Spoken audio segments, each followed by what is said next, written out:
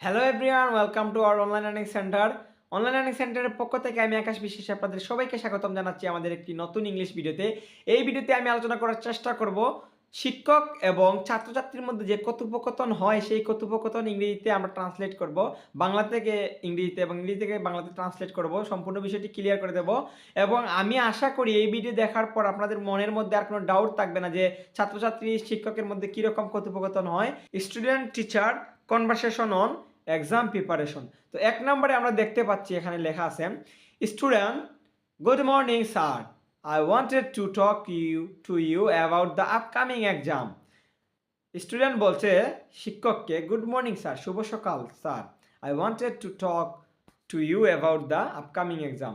আমি আপনার সঙ্গে পরীক্ষার ব্যাপারে কথা বলতে চাচ্ছিলাম। আমি আপনার সঙ্গে পরীক্ষার ব্যাপারে কথা বলতে চাচ্ছিলাম। I am feeling a bit overwhelmed. Okay, আমি খুব টেনশন ফিল করছি। I am feeling a bit tension বা ওভারওয়েলমড বলতে পারেন, আপনারা বলতে পারবেন। ওকে, আমি খুব টেনশন ফিল করছি। স্যার শুভ সকাল, আমি আপনাকে পরীক্ষার ব্যাপারে কথা বলতে চাচ্ছিলাম। আমি খুব টেনশন ফিল করছি। বুঝতে পেরেছেন? নোট করেন। তারপরে 3 নম্বরে আছে টিচার, গুড মর্নিং, শুভ সকাল, understand exam time can be stressful. Understand, পরীক্ষার সময় অনেকেরই এমন অনুভূতি হয়। পরীক্ষার সময় অনেকেরই এমন অনুভূতি হয়। তারপরে কি আছে এখানে, what subject or topic are you struggling with the most. Struggling with the most, তুমি কোন বিষয়ে বেশি সমস্যা পড়েছ। What the subject or topic are you struggling with the most, তুমি কোন বিষয়ে বেশি সমস্যায় পড়েছ, শিক্ষক বলছে এটা। ওকে, তারপরে আমরা 5 নাম্বার কনভারসেশনে যাই। স্টুডেন্ট বলে মোস্টলি ম্যাথ, বিশেষভাবে গণিত। মোস্টলি ম্যাথ, বিশেষভাবে গণিত। I get confused with algebra and word problems. আমি খুব বেশি কনফিউজড, হতভম্ব, with algebra and word problem. Algebra হচ্ছে বীজগণিত এবং কিছু শব্দে আমার সমস্যা হয়। গণিতের অ্যালজেব্রা বলতে গণিতের মধ্যে বীজগণিতে একটা চ্যাপ্টার আছে, যে চ্যাপ্টারের নাম হচ্ছে অ্যালজেব্রা। এই অ্যালজেব্রায় আমার প্রবলেম হয় কিছু শব্দে। No matter how much I practice, no matter how much I practice I still make mistake. অনেক চেষ্টা করি কিন্তু বারবার ভুল হয়ে যায়। দেখেন, আপনারা অনেকে কিন্তু ম্যাথ করেন কিন্তু অনেকবার করতে করতে তারপরেও কিন্তু আপনাদের ভুল হয়। এটাকে আমরা কিভাবে ইংরেজিতে বলতে পারি? No matter how much I practice, no matter how much I practice, I still make mistakes. অনেক চেষ্টা করি কিন্তু বারবার ভুল হয়ে যায়। তারপরে আছে 7 নাম্বারে, দেখেন টিচার বলল দ্যাটস কমপ্লিটলি নর্মাল। এটা সম্পূর্ণভাবে একদম সহজ বা স্বাভাবিক বলতে পারেন আপনারা, সম্পূর্ণভাবে স্বাভাবিক। Algebra require is understanding patterns and rules. কি বলেছে এখানে? Algebra require is understanding patterns and rule. Algebra বুঝতে হলে নিয়মগুলো ভালোভাবে আয়ত্ত করতে হবে। অ্যালজেব্রা বুঝতে হলে নিয়মগুলো ভালোভাবে আয়ত্ত করতে হবে। Have you tried breaking the problem down step by step? Have you tried breaking the problems down step by step? এটার বাংলা হবে, তুমি কি ধাপে ধাপে সমস্যার সমাধান করার চেষ্টা করো। এটা কে বলল? শিক্ষক বলল। Have you tried breaking the problems down step by step? তুমি কি ধাপে ধাপে সমস্যার সমাধান করার চেষ্টা করেছো? তখন 9 নম্বরে স্টুডেন্ট বলল, I try but sometimes I didn't know where to start. আমি চেষ্টা করি কিন্তু অনেক সময় বুঝতে পারি না আমি কোথা থেকে শুরু করব। মোস্ট ইম্পর্টেন্ট একটা বাক্য গাইজ, এটা নোট করে রাখেন। আই ট্রাই, স্টুডেন্ট বলল I try but sometimes I didn't know where to start. আমি চেষ্টা করি বাট কিন্তু মাঝে মধ্যে বা মাঝে মাঝে আই ডোন্ট নো, আমি পারি না বা আমি জানি না, হোয়ার টু স্টার্ট, কোথা থেকে শুরু করব। আপনারা কি এরকম হয় যে অঙ্ক করতে গেলে আপনারা কোথায় থেকে শুরু করবেন ভুলে যান বা এরকম প্রবলেম হয়? প্লিজ কমেন্ট করেন। তারপরে 11 নম্বরে আছে teacher. Okay, let's go over an example together. Okay, let's go over an example together. ঠিক আছে, আমরা একটা সমস্যার একসাথে সমাধান করি। শিক্ষক বলল, ওকে ঠিক আছে, লেটস গো, চলো, ওভার অ্যান এক্সাম্পল টুগেদার, একটা সমস্যার সমাধান করি একসাথে। টুগেদার, একসাথে। Give me a problems you found difficult. বলো তো কোন অ্যালজেব্রা সমস্যা তোমার কঠিন লেগেছে? কোন সমস্যাটা তোমার কঠিন লেগেছে? Give me a problems, give me a problems you found difficult. বলো তো কোন অ্যালজেব্রার সমস্যা তোমার কঠিন লেগেছে? তারপরে আছে 13 নম্বরে student, here one, if 2x plus 5 equal 15।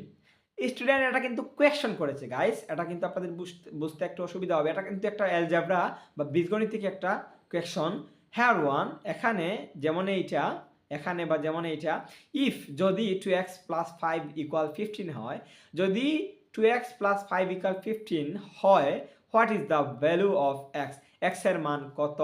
X এর মান কত? যদি 2x প্লাস 5 ইকুয়াল 15 হয়, তাহলে এক্স এর মানটা কত হবে? এটা ছাত্র ইয়াকে শিক্ষককে বলছে। তারপরে শিক্ষক কি উত্তর দিলেন দেখেন, টিচার, অল রাইট, সব ঠিক আছে, first subtract 5 from both side. ঠিক আছে বা খুব ভালো, প্রথমে আমরা উভয় দিকে 5 বাদ দেই। কি এটা ইংরেজি কি হবে?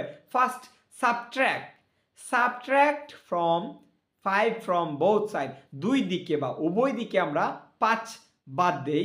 What do you get? তুমি এখন কি পাও বা তখন কি থাকে? তখন কি থাকে? যদি আমরা উভয় পক্ষে 5 5 বাদ দেই তাহলে কি থাকে? স্টুডেন্ট বলল 2x ইকুয়াল 10। 5 বাদ দেন, দেখেন 2x প্লাস 5 ইকুয়াল 15 এর মধ্যে 2x প্লাস 5 থেকে 5 বাদ দাও এবং 15 থেকে 5 বাদ দাও। 15 থেকে 5 বাদ দিলে 10 হয়, আর 2x প্লাস 5 থেকে 5 বাদ দিলে শুধুমাত্র 2x থাকে। এই 2x ইকুয়াল 10, স্টুডেন্ট উত্তর দিচ্ছে 2x ইকুয়াল 10। টিচার বলল, exactly, now what the last step? এটাই হচ্ছে শেষ ধাপ। এখন এটা হচ্ছে শেষ ধাপ। যেমন 2x ইকুয়াল 10 হলে x রেখে 2টা, এখানে যেহেতু গুণ আকারে আছে 2 এর সাথে xটা কিন্তু গুণ আকারে আছে, এই xটা রেখে ইকুয়ালের পরে গেলে এটা 10 এর পরে ভাগ হয়ে যাবে। 2টা 10 দিয়ে 2কে মানে 10কে 2 দিয়ে ভাগ করা হবে। একদম ঠিক। এবার শেষ ধাপটা কি student? Divide by 2, so x equal 5। একদম সহজ গাইস। ছাত্র বলেছে 2 দিয়ে ভাগ করতে হবে, দুইটা 2 দিয়ে, হয়তো উভয় পক্ষে 2 দিয়ে ভাগ দেন, তা না হলে 2 দিয়ে 10 কে ভাগ দেন, 5 হয়ে যাবে। x ইকুয়াল 5, একদম সহজ। Teacher, that's right, see, you can do it. That's right, শি মানে শি, শিক্ষক, দারুণ, দেখলে তো তুমি পারছো। দ্যাটস রাইট, শি, ইউ ক্যান ইট, তুমি এটা পারছো। The key is to practice step by step thinking. শুধুমাত্র ধাপে ধাপে চিন্তা করতে হবে, চিন্তা করার অভ্যাস করতে হবে। যে কোনো কিছু শিখতে হলে আপনারা তাড়াহুড়া করে যে কোনো কিছু শিখতে পারবেন না। এই যে ইংরেজি ক্লাসটা আপনারা দেখতেছেন, এটা কিন্তু তাড়াহুড়া করে আপনারা শিখতে পারবেন না। একটা সময় নির্ধারণ করে কিছু নির্দিষ্ট সময় দিতে হবে এর পেছনে, তখন গেলে আপনারা এই এই ইংরেজি শিখতে পারবেন। এটা হচ্ছে একটা ল্যাঙ্গুয়েজ, এটা কোনো পড়ালেখার মাধ্যমে না নিয়ে একটা ল্যাঙ্গুয়েজ হিসেবে নেন। তারপরে দেখেন student, that's make sense, I will try more problem like this. এখন বুঝতে পারছি, আমি আর সমস্যা সমাধান করার চেষ্টা করব, আরও সমস্যা সমাধান করার চেষ্টা করব। Teacher, great, also don't forget to take break and revise consistently, if you need help just ask. শুধু খুব ভালো মনে রেখো, বারবার চর্চা করতে হবে। Practice is the perfect man. মানুষের জন্য মানে চর্চাটাই হচ্ছে সম্পূর্ণভাবে পারফেক্ট, পরিপূর্ণ। যদি চর্চা না করেন সব কিছু ভুলে যাবেন। কম্পিউটার শিখছেন, তারপরে প্র্যাকটিস করলেন না, সব ভুলে যাবেন।